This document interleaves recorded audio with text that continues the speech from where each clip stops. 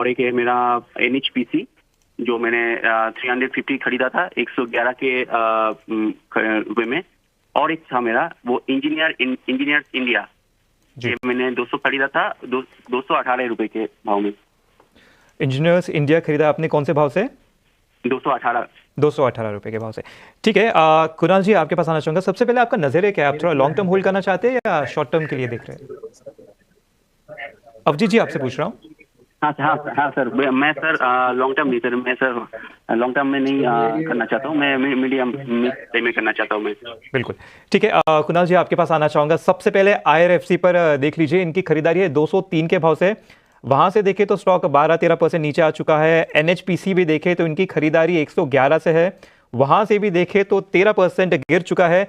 Engineers India एक stock है जो इनके ही जो होल्डिंग का जो प्राइस है उसके आसपास ही घूमता हुआ नजर आ रहा है। तो इन 3 स्टॉक्स पर क्या राय बनती हुई नजर आ रही है?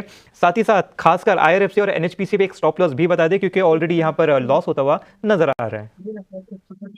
सबसे पहले IRFC की बात कर लेते हैं। 178 के अराउंड स्टॉक ट्रेड कर रहा है और स्टॉक फिलहाल अभी जो है डाउन ट्रेंड में है मीडियम टर्म के बीच पे। मेरा मानना है कि यहाँ पे आप 170 का एक एसेट मेंटेन करके रखिए। 170 क्लोजिंग बेसिस पे अगर ये ब्रेक हो जाता है तो यहाँ से बेहतर है आप एग्जिट कर लीजिए, क्योंकि ये ब्रेक होता है तो उसके पीछे ये 143 तक भी हमें गिरावट दिखा सकता है। तो 170 के एसेट के साथ आप यहाँ पे होल्ड करके चलिए। मैं आपको एक और सलाह दूंगा, अगर ये स्टॉक जैसे ही 190 के ऊपर सस्टेन होता है, 190 के ऊपर सस्टेन होता है, आप यहाँ पे एवरेज करके भी चलिए। ये मीन टाइम में जैसे 190 ब्रेक होगा, मीन टाइम में ये स्टॉक आपको 215 लेवल भी दिखा सकता है। सो ये मेरी रही IRFC को लेकर सलाह। NHPC को लेकर बात कर लेते हैं। NHPC फिलहाल 96 के अराउंड ट्रेड कर रहा है। यहाँ पे थोड़ा सा रिस्क लेके मैं आपको चलने की सलाह दूंगा। प्रेजेंट लेवल पे ही आप यहाँ पे एवरेज करके चलिए। आपकी खरीदारी 110 के अराउंड है। यहाँ पे प्रेजेंट लेवल पे आप एवरेज करके चलिए विद स्ट्रिक्ट एसएल ऑफ 90 का आपको यहाँ पे स्ट्रिक्ट एसएल मेंटेन करके चलना पड़ेगा। पहला टारगेट जो हमें यहाँ पे देखने को मिलेगा वो 102 का होगा। उसके बाद ये स्टॉक हमें 109 का टारगेट भी दिखा सकता है और यहाँ पे आप अपनी एवरेज कम करके मुनाफा कमा सकते हो। और तीसरा स्टॉक आपने बोला इंजीनियर्स इंडिया। इंजीनियर्स इंडिया फिलहाल 219 का राउंड है।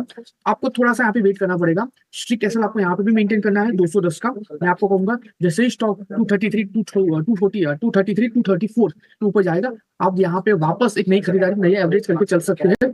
मीन टाइम पे 234 जैसे ही क्रॉस होगा 270 तक के लेवल 1 भी स्टॉक अपने को दिखा सकता है। तो यहाँ पे भी आप 210 के एसएल के साथ आपकी पोजीशन होल्ड करके चल सकते हैं। जी बिल्कुल, तो ये थी अहम रणनीति और अहम लेवल्स कुणाल जी की तरफ से। आपके लिए मैं स्टॉप लॉस रिपीट कर देता हूं। IRFC पर स्टॉप लॉस बताया गया है 170 का, NHPC पे 90 का और इंजीनियर्स इंडिया पे 210 का। तो चलिए